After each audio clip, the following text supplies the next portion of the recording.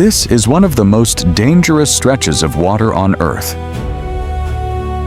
Not because it is wide, because it is narrow. The Strait of Hormuz sits between Iran and Oman. It links the Persian Gulf to the Gulf of Oman and the Arabian Sea beyond. In 2024, around 20 million barrels of oil a day moved through it.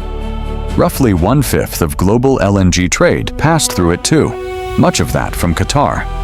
A lot of that energy was bound for Asia, China, India, Japan, South Korea. So when this place tightens, the shock does not stay here. It moves into ports, factories, fuel prices, shipping contracts, and political nerves far away. That is the first fact. Small place, big leverage.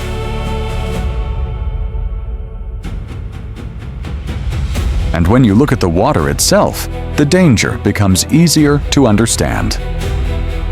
At its narrowest point, the strait is only about 21 miles wide. The actual shipping lanes are tighter still. Large vessels are funneled into narrow traffic corridors with little room to drift, turn, or improvise. In open sea, a captain has options. Here, there is a line. Stay in it. If you were on the bridge of a tanker moving through here before sunrise, what would you feel first? The beauty of the mountains, the stillness of the water, or the fact that your route is already known before you pass it? That is Hormuz, a place where geography does half the work before politics even begins. Warships patrol nearby because the cargo is too important. Surveillance matters because the sea lane is too predictable. Coastal defenses matter because the distance is short. In a corridor like this, a radar station is not just equipment. A patrol boat is not just a boat. A missile battery on shore is not just a symbol. Everything gains weight when the space gets tight. That is why this place has become a pressure point for the whole world. Not because conflict is always happening, because the possibility is always there, and that is enough.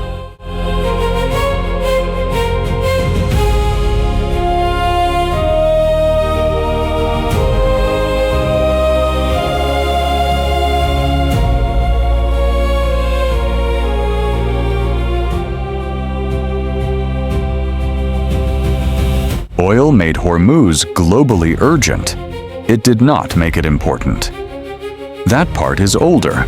Long before tankers, this passage was already tied to trade between Persia, Arabia, India, and the wider Indian Ocean.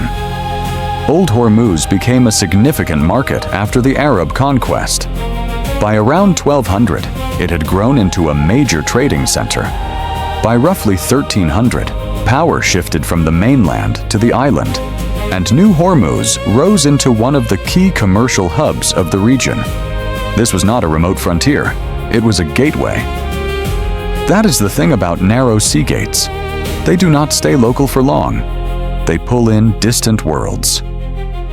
So when people talk about Hormuz today, as if it only exists inside modern geopolitics, something gets lost.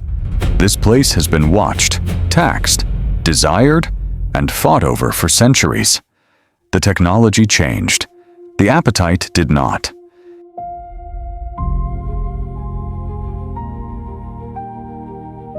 You can still see that older appetite in the Portuguese fort on Hormuz Island. It stands there in red stone, facing the water. Hard lines, thick walls, no softness to it. Afonso de Albuquerque seized Hormuz in 1507 as Portugal tried to dominate key maritime routes across the Indian Ocean world. By 1515, Portuguese control had been re-established more firmly. That hold lasted until 1622, when Anglo-Persian forces broke it. Different empire, same instinct. Control the threshold. Influence everything beyond it. Stand on those old walls and the thought comes fast. The hardware changed, but the argument never really went away. The fort was built for cannon fire and customs control. Today, the same waters are read through drones, missiles, naval patrols, and satellite feeds. But the underlying logic is familiar. Whoever holds position near a narrow maritime gate does not need to own the world, just the passage.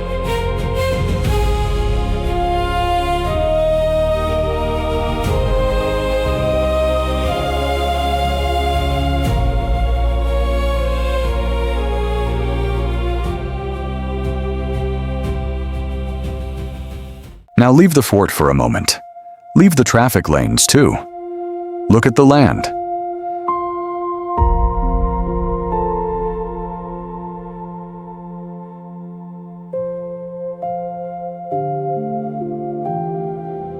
Qeshm Island lies nearby, long and dry, close to the southern coast of Iran. UNESCO recognizes it as a global geopark.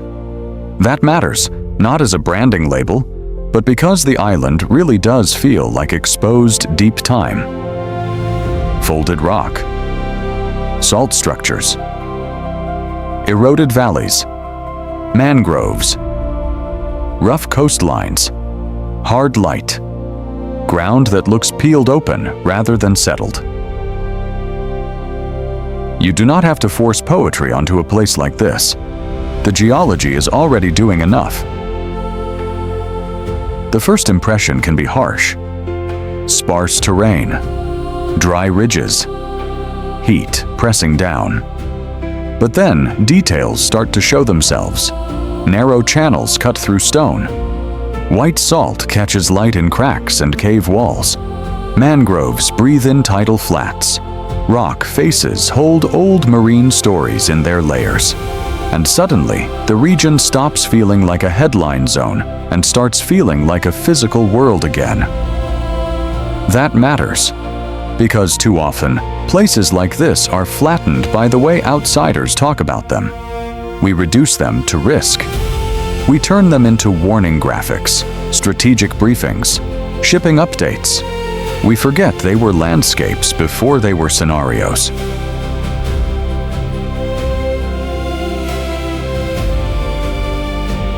Qeshm pushes back against that reduction.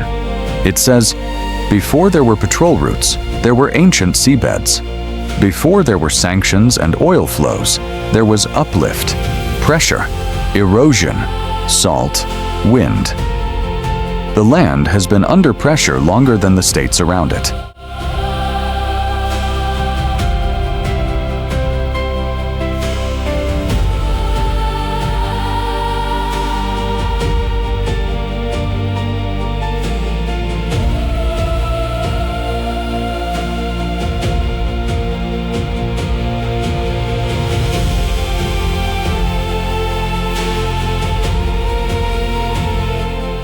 On the north shore of Qeshm, Bandar Laft gives the story a human scale. The old port is known for its wind catchers and its maritime traditions. The wind catchers rise above roofs like thin towers built to trap air and pull it down into homes. They are beautiful, yes. But beauty is not the main point. They solve a problem: heat. That is why they matter.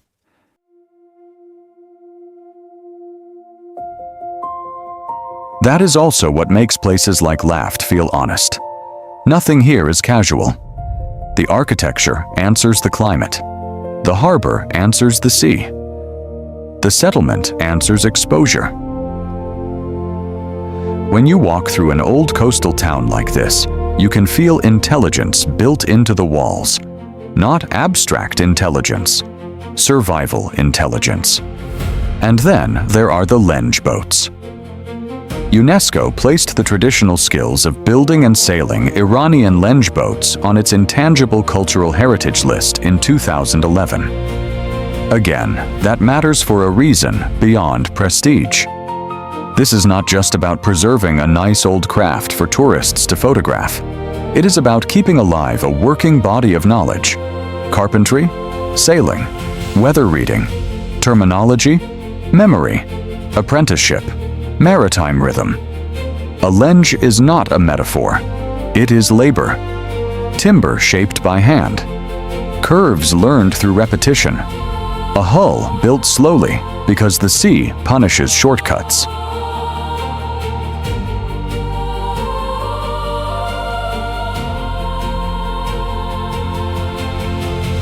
I think that is one of the strongest things about this region once you stop looking at it through the usual media frame. People here did not wait for modern systems to explain the Gulf to them. They already knew how to live with its heat, its trade, its danger, its opportunities. And maybe that is a useful question to keep asking while watching a place like this. When outsiders call a region unstable, whose knowledge are they ignoring?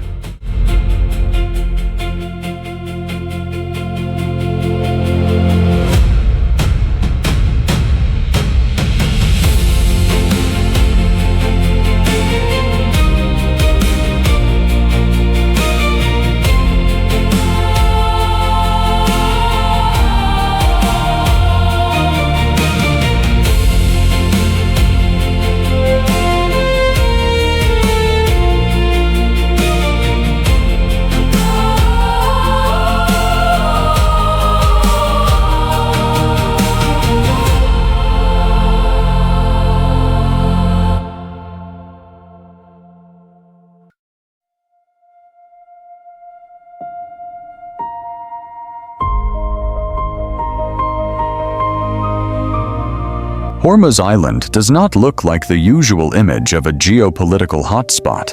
It looks stranger than that.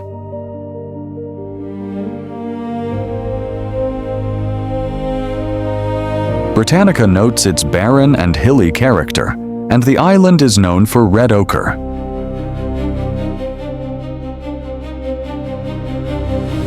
But that dry description barely prepares you for the actual sight of it. Red soil, rust-colored slopes, pigment like earth meeting the sea. After rain, iron-rich sediment can run toward the shoreline and stain the water dark red. It almost looks staged. It is not. That color is part of the island's mineral body. It comes from the ground itself, which means one of the world's most monitored maritime corridors is bordered by terrain that can still feel unreal when you see it with your own eyes.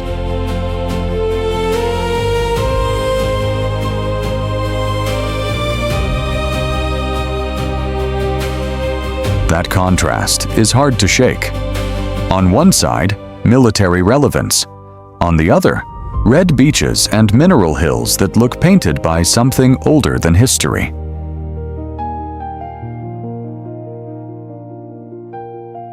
Then you go underground.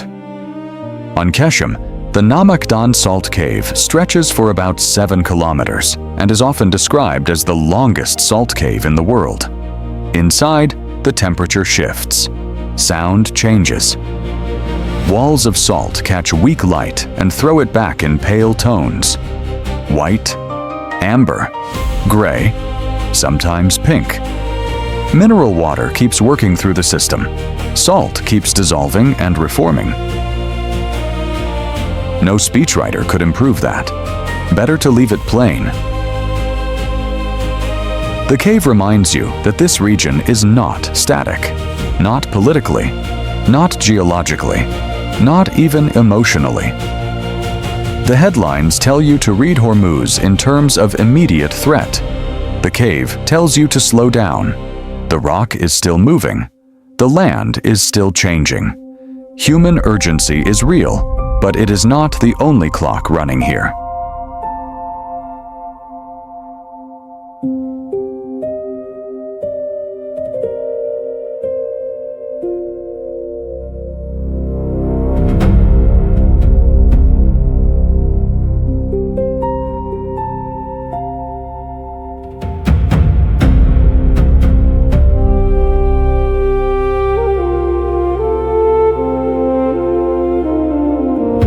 Across the water, Musandam changes the whole visual language of the strait.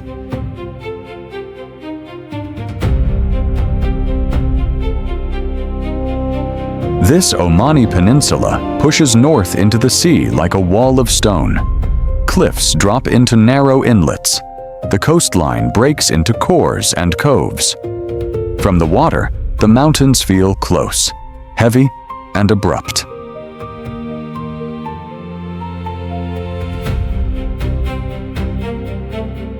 The term fjords gets used often for Musandam, and while the geology is different from Norway, the visual force is easy to understand.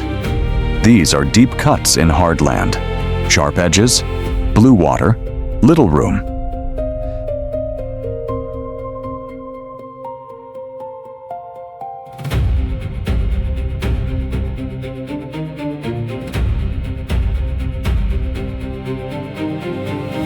That shape matters strategically, of course.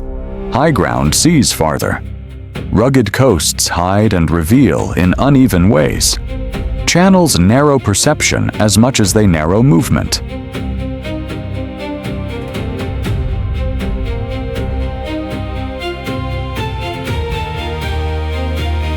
But again, the strategic reading is only part of the truth.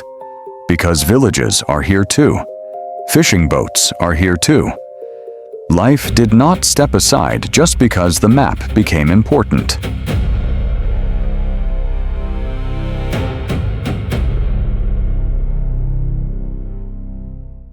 From higher ground, around Jabal Harim, the region becomes even harder to simplify. Sea channels push into the mountains. Ridges break up the horizon. Settlements appear where they seem impossible. The whole area looks less like a single corridor and more like a fractured space, full of interruption. That is useful to remember. Analysts like clean lines. Real landscapes rarely cooperate.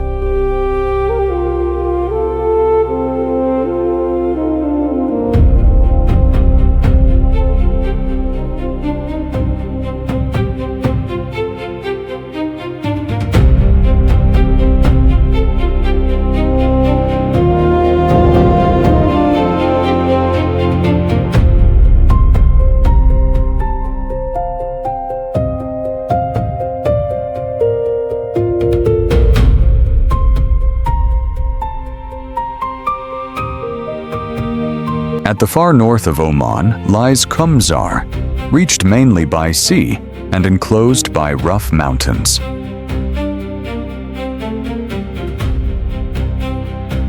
That detail alone changes the emotional tone of the place. A village like this sits beside one of the world's most sensitive maritime corridors, and yet daily life here is still shaped by fishing, weather, family, shoreline, routine. Oman's tourism material notes Kumzar as an important sardine fishing center. Linguistic research gives it another kind of significance. Kumzari, the local language, survives here as a distinct and endangered language of the Musandam Peninsula. That may be one of the most human facts in the whole story. A global choke point, and beside it, a rare language still being spoken. There is something almost defiant in that. Not loud defiance, quiet defiance. The kind that does not announce itself. It just continues. Boat after boat, house after house, voice after voice. When you think of Hormuz, do you think of a missile range map? A market report? A naval briefing? Fair enough. Most people do. But imagine growing up in Kumzar. Your view of the sea would be completely different. The same water the world fears would also be where food comes from, where weather is red, where family returns at dusk, where memory lives. That does not erase the danger. It just gives the place back its people.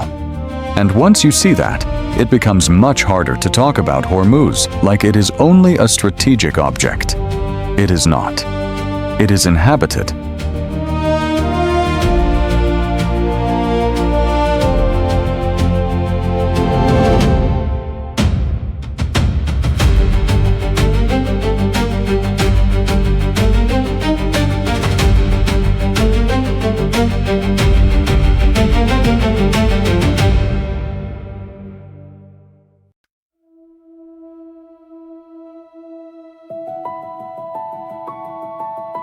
So what is the Strait of Hormuz in the end? A choke point, obviously. An energy artery. A military flashpoint. A corridor of surveillance and pressure. All true. But that answer feels incomplete the longer you stay with the place.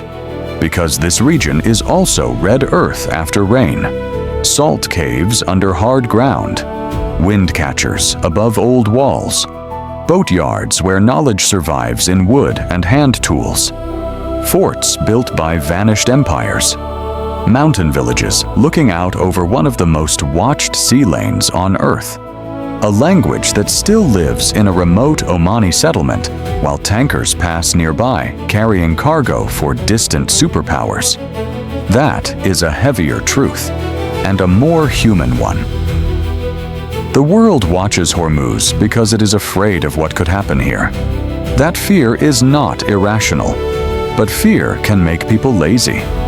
It can flatten a place, strip away texture, strip away time, strip away the people who live inside the story. And Hormuz resists that. It stays tense. It stays beautiful. It stays hard. It stays older than the systems trying to manage it.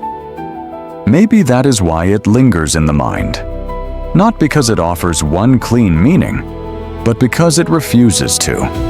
If you stood here long enough, what would stay with you more? The threat or the depth? Maybe both. Maybe that is the only honest answer.